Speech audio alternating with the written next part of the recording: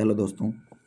चलिए आज हम लोग जो है बिहार बोर्ड 12th क्लास के इंग्लिश के क्वेश्चन देखेंगे, जो कि ज़्यादा चांसेस है कि आपके एग्जाम में भी क्वेश्चन आए। बहुत सारे विद्यार्थी अंग्रेजी से भयभीत हैं, चिंता मत करिए। अब इस क्वेश्चन से जज कर लीजिएगा कि एग्जाम के पैटर्न्स क्या हैं। ठीक है, एक एक एक क्वेश्चन करने की कोशिश करिएगा। बुक्स के भी क्वेश्चन है, ग्रामर्स के भी क्वेश्चन है। पहला क्वेश्चन है, Benji left the school eight dash. यानी आपसे पूछना चाहता है, जो बेंजी है 12th क्लास की बुक का क्वेश्चन है। पूछना चाहता है कि वो कितने स्कूल जब छोड़ा था तो कितने साल का था। फर्स्ट ऑप्शन है 20, सेकेंड है 12, थर्ड है 16 एंड फोर्थ है 14। तो आपको ऑप्शन बताना होगा, कोशिश करिए आप लोग। लेकिन इसका सही आंसर होगा आपका कितने साल का था, 12 साल का था। ठीक है, कोई दिक्कत नहीं होगा। चलिए सेकेंड क्वेश्चन देखने की कोशिश करिएगा, बताइएगा आंसर क्या होगा। The soldier is a dash poem. मतलब जो सोल्जर जो कविता है वो कैसी पोयम है। नेचर पोयम है, लव पोयम है, पैट्रियोटिक पोयम है, हैप्पी पोयम है।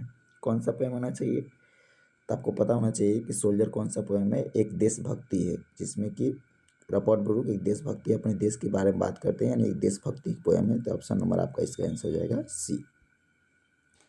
चलिए अगला क्वेश्चन देखते हैं कौन सा आंसर होगा। आंसर क्वेश्चन है थर्ड कि द डैश फॉरगेट स्टेट। ये भी क्वेश्चन बुक का ही है।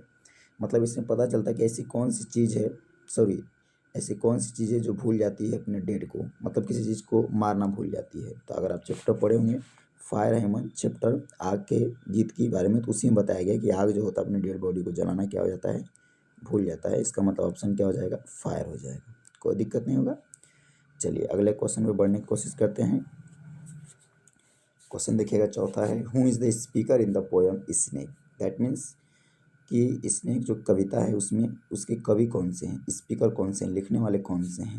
पहला ऑप्शन है जॉन डॉन है, वाल्ट व्हिटमैन है, जॉन किट्स हैं या टी.एच. लावेंस हैं। तो जॉन डॉन ने तो भाई देखिए, ये इस क्वेश्चन करने का फायदा ये नहीं कि हम लोग केवल ऑप्शन नहीं देखेंगे बल्कि अदर ऑप्शन भी देखेंगे। जॉन डॉन ने तो sweetest love I do not को ही लिखा है। वाल्ट व्हिटमैन का कविता का नाम है सॉन्ग ऑफ माई सेल्फ।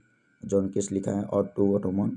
तो ये तो होगा नहीं। इसका मतलब चैप्टर ही बचा डी.एच. लावेंस, जिनका पूरा नाम है, इन्होंने लिखा है स्नेक। ठीक। चलिए अगला क्वेश्चन है, ग्रामर का क्वेश्चन है कि one who rights a drama is called. यानी वह व्यक्ति जो ड्रामा लिखता है उसे क्या कहा जाता है। कॉमेडियन कहा जाता है, इसेइस्ट कहा जाता है, निबंधकार, राइटर कहा जाता है, प्ले राइट कहा जाता है।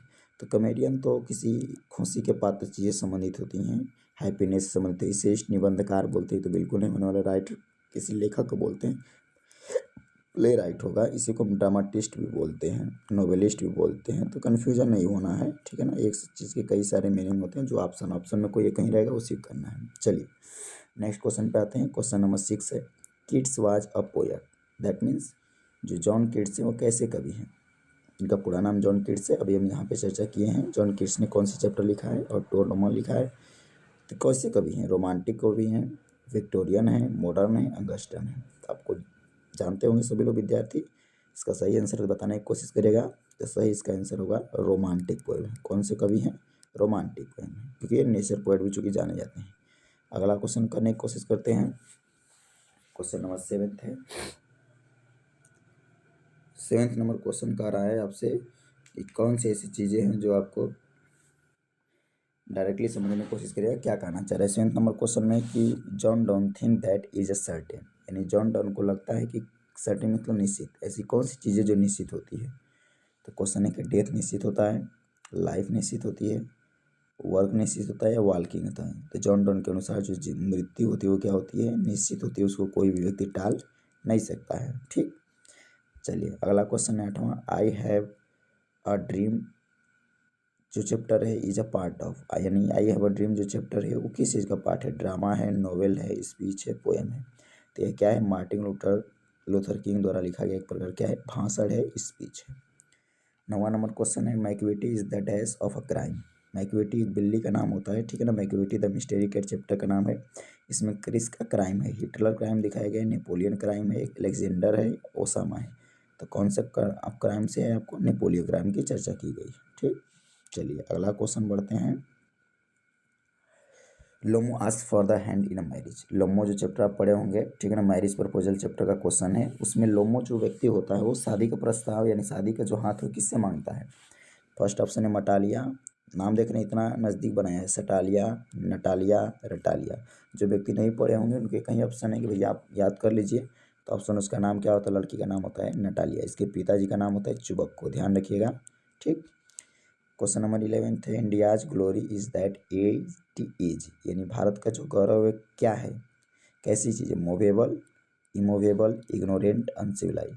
तो आपको जानकर ना होगा कि भारत की जो ग्लोरी है वो क्या है, इमूवेबल, यानी जिसे इधर से उधर नहीं किया जा सकता है उसे बोला जाता है इमूवेबल। ठीक।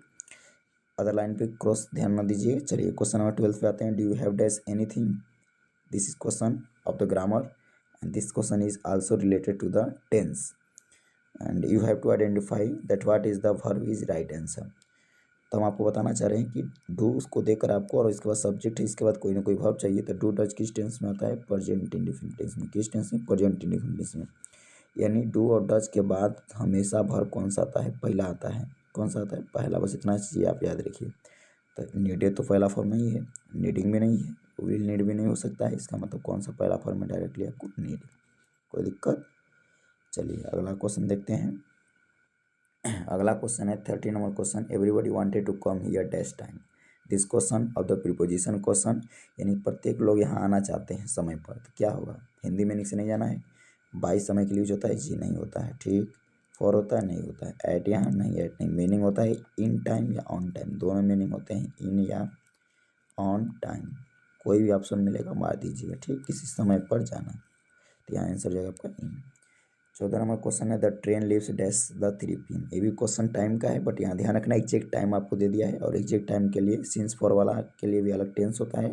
तो यहाँ ओवर तो किसी टाइम के लिए यूज नहीं होगा, टू भी नहीं होगा, एट होता है। किसी भी समय के लिए किस प्रीपोजिशन का प्रयोग करते हैं, एट का प्रयोग करते हैं। लास्ट क्वेश्चन आज के क्लास का है, the moon has not at dash, क्या होना चाहिए, एपियर्स, विल एपियर्स। ये तो इलॉजिकल क्वेश्चन है, क्योंकि विल के बाद always will is a part of a model and model requires the first form of the verb. Appearing illogical है, डायरेक्टली हैज़ के बाद अपेयरिंग नहीं आ सकता, केवल आपको बताना चाहिए हैज़ दे दिया है तो हैज़ के बाद हमेशा कौन सा फॉर्म आता है, थर्ड फॉर्म आता है, ये भी नहीं आएगा। ठीक। आज आपका लास्ट क्वेश्चन है। धन्यवाद। क्लास को यहीं पर बंद करते हैं।